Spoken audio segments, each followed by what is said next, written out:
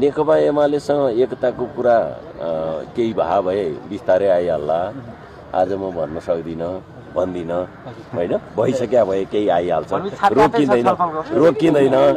र अरू दलहरूसँग पनि सहकार्य गर्ने कुरा हामी 3-4वटा कुरा छन्।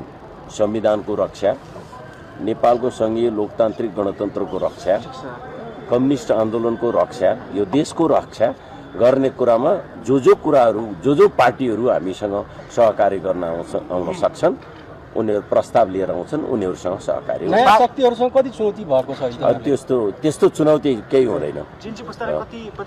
हामीले समेटेका छौँ, प्रतिशतमा होइन, हामी समेटेका छौँ। र त्यति मात्र होइन, हामी असर परेको छ। यो एकता त भर्खरै भएको छ, अब असर पर्ने चुनाव आउँदैछ, कति दिन तयारी हुँदैछ, हेर्नुहोस् सबको आफ्नो ताकत देखिहाल्छ नि। अहिले के पुरानो हो नि, अब तपाईँहरूलाई मैले तपाईँहरू मध्ये धेरै साथीहरू विगतमा मैले प्रधानमन्त्रीले बोलाएको, निर्वाचन आयोगले बोलाएका पटक पटकको बैठकमा तपाईँहरूलाई मैले पनि देखाएको छु, तपाईँहरूले मलाई पनि देख्नु भएको छ।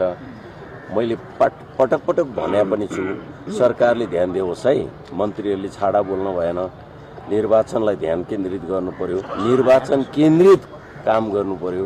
निर्वाचन एकातिर छ, अरू नयाँ नयाँ कुराहरूतिर हात हाल्ने भने तपाईँले निर्वाचन गराउन नखोजेको देखिन्छ।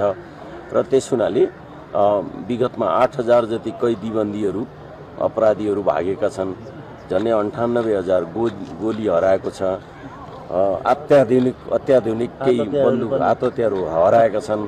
यस्तो परिस्थितिमा निर्वाचन चाहिँ निष्पक्ष, धाँधली रहित, शान्तिपूर्ण गराउन तपाईँहरू कति सक्षम हुनुहुन्छ, सरकारले ध्यान दियोस् भनेर हामी बार भनिरहेका छौँ। त्यही कुरालाई आधार बनाएर सरकारको भूमिका क्रमशः देखियो। वातावरण ठिकै छ।